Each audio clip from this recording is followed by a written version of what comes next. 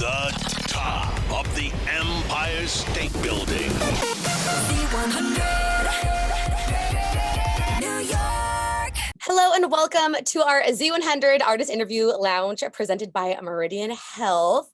This is Max. I'm Crystal Rosas. Now, this is not an artist, but she is one of the most talked about, hashtagged women, I think, in the world. Your Netflix documentary, Tiger King, has been viewed by millions of people across the world. You yourself have done things like going on Dancing with the Stars, and you are really pushing animal rescue and animal rights, which I think is also, as a cat mom, very, very important. Welcome. She talks about her cat a lot. Welcome, Carole Baskin. What up, Carole? Hey, all you cool cats and kittens. Thank you for having me. And who are you saying is not an artist? I'm an artist. Oh, my God. I don't know. What do we have going on? Are you going to be like putting out a record or? I paint, I write poetry, and I've put out a bunch of NFTs lately. Whoa. You're in the NFT world. That is so awesome. Oh my gosh. Oh man. All right. Got to step our crypto game up, Crystal. Come on now. For sure. Let's get into that. What kind of NFTs have you been working on and putting out? Well, the most recent one was revolving around a huge rescue in Thailand. A friend of mine runs a sanctuary in Thailand, and he told me about the Phuket Zoo, who had closed their doors 2 years ago due to COVID, and the animals there were just starving to death. And so Edwin said if we could help him out, he could get those cats to the safety of his sanctuary. So we partnered with a group called Typical Tigers. They raised $10,000. Big Cat Rescue raised $10,000. And once the first half of those cats make it to the sanctuary, Big Cat Rescue has agreed to give another $10,000. So I've created some other NFTs around that as well. Come on. This is so cool. When you think about all the gosh, man, the animal families, all the real life human families, all the people that you've been able to impact with the amazing stuff that you've been able to do. When we talk about saving and rescuing and gosh, man, doing the right thing, how cool is it to know that that has been your impact and that's going to be your legacy? Well, I hope my legacy is that I leave the world here with tigers still in it, because in the next 5 years, we're going to lose them if we don't stop the cub petting. So we are pushing to end the cub petting and the private ownership just as hard as we can. And I think we can do it this year. Yeah. Well, you've been doing a lot. I see that you have your new documentary on Discovery Plus, Carole Baskin's Cage Fight. How important is that to you? And what do you really want your viewers to take away from that? I do hope people will choose to go see Carole Baskin's Cage Fight, because it's the work we've been doing every day for the past 25 or 30 years. And that is going after these bad guys that are abusing these animals, digging up the evidence. In Cage Fight, it's literally digging up evidence out of the ground, and then taking that to the authorities and putting pressure on them to actually bring these people to justice. And that's what we do all the time. And that's why the bad guys hate us so much. And I'm glad to have Carole Baskin's Cage Fight as a way of showing the real work that we do and how important it is.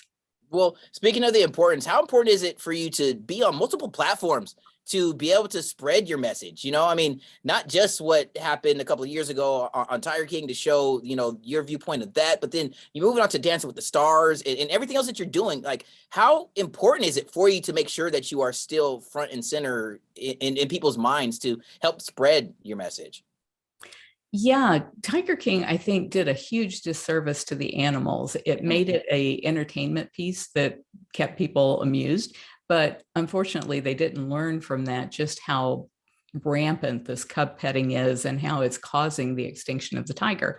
So thanks mostly to Dancing with the Stars, who gave me a break early on to be able to come and talk to the media about the real issues, we've been able to change that narrative out there where people are actually talking about saving the cats, which is what I always thought all along Tiger King was going to be about. I thought it was going to be called Stolen Wildlife, and it was going to be about saving wild animals, not about a bunch of like that. Exactly. That's like the exact opposite of what I signed up for. I do want to touch on that mention of disservice and the cancel culture that came along with you appearing in at Tiger King. I, from the beginning, always said, like, I don't care what you're saying about Carole Baskin. I know she didn't kill her husband. I feel like people just hate seeing women win. I feel like you were constantly getting attacked. She says and that. You were like, I'm not going to stoop to your level. I'm going to do what I could do. And now someone like Joe Exotic, who's done awful things to you, is in jail. But aside from that, I really feel like you're a pioneer for the female voice, because there's so many times that women like us are constantly stomped on, physically hurt, if it's not just with words, with actions. And I want to say thank you, first and foremost, for being a voice for the women out here, even though sometimes it seems like so many people might be piling on top of you. But I also want to say, what keeps you, what keeps that attitude of yours to just keep going? And even when people try to go low at you or try to make fun of you or even prank you and stuff, like, you are constantly having your head held high and you kind of laugh it off. You have a great sense of humor. Where does that come from? I think it comes from being committed to the cause. My mission here while I'm on this planet is to try and save the tiger in the wild, because if we can't save the tiger, we can't save anything. We can't save the planet because we won't save trees. We will only save something as charismatic as a tiger. And so knowing that that's my mission, I'm not going to let a bunch of bullies, a bunch of toothless bullies at that, keep me from doing that. And so I really hope that all of the women who saw the hatred that was poured out on me in the last 2 years, instead of taking that as a message from those bullies to keep their mouths shut and not speak up, I really hope that they will try to do the best that they can to be strong in the face of that. And I know how hard that is, because they can be really scary and intimidating. And I'm even today, I'm getting threatening phone calls. And you just cannot let the bad guys win, or they'll always win. When you talk about getting, the phone calls and emails and all that stuff, like, how often, this is what I've always wondered with, people in our position in the limelight, how often are you always having to change your cell phone number, your email addresses? Like, is that a thing that you got to deal with all the time to make sure, it's like, it just seems like that'd be a giant headache. I refuse to let anybody push me into changing my email address or my phone number. I've had the same phone number here at the sanctuary for 40 years. I've had the same cell phone number since cell phones came out. I have the same email address that I've always had, because I'm not going to let them antagonize me into changing how I behave or what I do. I got goosebumps hearing you say that. Go for it. I love that. Me too. Not changing who you are. And that's why a lot of people still really love you. I mean, honestly, it was so fun seeing a different side of you on Dancing with the Stars and going more into your personality. Do you think that we're going to be able to get more of like a reality style type of you on TV, or maybe you dibble dabbling into other shows like that in the near future? Do you have any plans for that? I actually have already filmed a couple of shows that will be coming out that I can't tell you about until they're out. And then we're working on a really big project that's going to be so exciting, and it should be out by September. These other things should be out in the next month or so, but the big one will be in September. Okay, Carole. All right. Blink once if no, I'm just playing. Not gonna do that to you. Not gonna do that to you. I see you as a judge on Shark Tank or something. That's what I'm saying. I was saying, it's really interesting to see, okay, is she gonna keep her eyes open, or is she gonna tell us? Now I'm so aware of my eyes. No way. No, it's really amazing, again, just to know that. Now there she got it ready. The star always has to have her keys ready. It's really awesome that you are being your true you, and just as Crystal said, you're doing you're putting your best self forward, and you're allowing your message to come through, as bright as the stars in the sky. So I just want to also say thank you for not deviating away from that, and really staying true to your North Star, and allowing us to hitch along on this ride. Well, thank you. I appreciate that. For sure. Now, the reason that we connected was because you saw a post I put on Instagram, a 10-year challenge where I was me dressed up as you, and then 10 years would be you. Thank you so much for showing love to that and sending me that DM. I want to ask you, where do you see yourself in 10 years for your 10-year challenge? Oh, wow.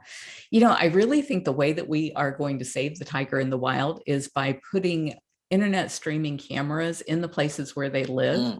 And having the subscription feed, like a Netflix fee, go back into the wallets of the people who live next to those cats, so that they essentially become game wardens for those animals. And I see that as being what really equalizes everybody around the world, because the people who live next to wild animals are some of the poorest people on the planet. Yeah. And they're just looking to, take care of their families and feed themselves.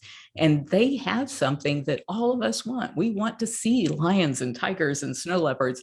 And so if they can monetize that and take care of themselves, and that means they have to take care of the environment as well, because you have to have a healthy ecosystem for those cats to survive, then we all benefit from that. So that's what I'm hoping will be our life in 10 years, that these cat populations will start coming back as people are protecting them through all of these different technological advances. Listen here, if anybody, Bezos, stay away from that idea. She said it, and it's on the record now, brother. All right, let it be known. I want anybody who wants that to run with it, because I don't have the capacity to make that happen, but the technology's there. Now, one last question, Max. How do you feel? I mean, I gotta say, Carole, it's just so cool. And the last thing is kind of the piggyback off of that 10-year challenge ideas. Would you have ever imagined this to be your life now, if we were even going to go back, prior? Like, if you were going to look back at teenage Carole Baskin and think that, you know what, one day I'm gonna be doing the 2-step on a TV show and getting my message across to everyone across the world. Did you imagine that this was going to be, your reality now? As a kid, I always thought what I was going to do was save domestic cats and kittens from dying in shelters due to overpopulation. So that is still on my bucket list, is to end the killing of these healthy cats and kittens by aggressive spay and neuter programs. The whole thing with the big cats just kind of hit me by surprise. I didn't know that people wore cat fur. I didn't know people had tigers in their backyard. And at each venture, I thought, well, I can fix that. And it's taken a lot longer than I thought it would, but I always believe. I was raised by parents that said, you can do anything. So I've always believed I could do anything that I wanted to do. I didn't think I'd have to dance and make a fool of myself on TV to get there, but I knew that I would end this problem, and I will end this problem. Even if I have to come back in the next lifetime to do it, I'm going to end this problem. Yes. That was so important what you said, that you were raised by parents that always told you, like, you could do anything. Do you think that you in the future want to be a mom, or are you just going to keep it to your little tiger cubbies and babies? Well, I have a daughter, and she's been working with me at the sanctuary since she was 12 years old. Yeah, wow. She's amazing. In fact, she's out there moving tigers right now. Yes, what a queen. Go with it. So my final question has to do with people that you've met in the limelight, because since you've catapulted to the stardom, I'm sure there's people that you've met along the way that you're so excited to meet. Have you met any celebrities that you were really just starstruck and super excited about? The most exciting thing that happened I'd say maybe a week or two, no more than a month after Tiger King came out. I was approached by somebody who said that they have like this support group of celebrities that get together every Friday night or Thursday night, and they just kind of help each other through the things that they're dealing with. And he said, there's usually about 20 of them that are on this Zoom call, and we'd love to have you on. And so they invited me to come on, and these were all like, of the 20 people on there, there was probably only 3 that I didn't know their name immediately as soon as I heard it. And I don't know anything about celebrities. And the 3 I didn't know were like sports stars. And so what was so wonderful about that is the whole time that I was on the call with them, they were all helping me and telling me, look, the media is going to tear you apart. They're going to say such horrible things. Don't pay any attention to it. Don't read the stories. Don't worry about the things people say to you. So I thought it was so wonderful that there's this group of A-list celebrities out there that are being kind to each other when the media is so wretched to them, and helping out somebody like me who doesn't belong in any celebrity circle to help me through what they knew I was going to be facing. You totally do. You found your pride. And that's the thing, and you walked right into that group, and you're a part of an amazing collection of people that are doing the right thing. And that's the thing that's so special about your story, and how you continue to going back to how we said to live your legacy. So thank you, Carole, for doing all that you do, girlfriend. Well, thank you. Seriously. Thank you again so much for spending this time with us. I can't wait to share this with all of our audience. And whenever you're in New York City, you have a home here at Z100. Got you. Again, it's Max and Crystal at our Z100 Artist Interview Lounge, presented by Meridian Health. Thank you so much, Hackensack Meridian Health, and can't wait to see what you got coming up for us. See you, Carole. Thank you. Bye-bye. Take care. From the top of the Empire State Building. Z100.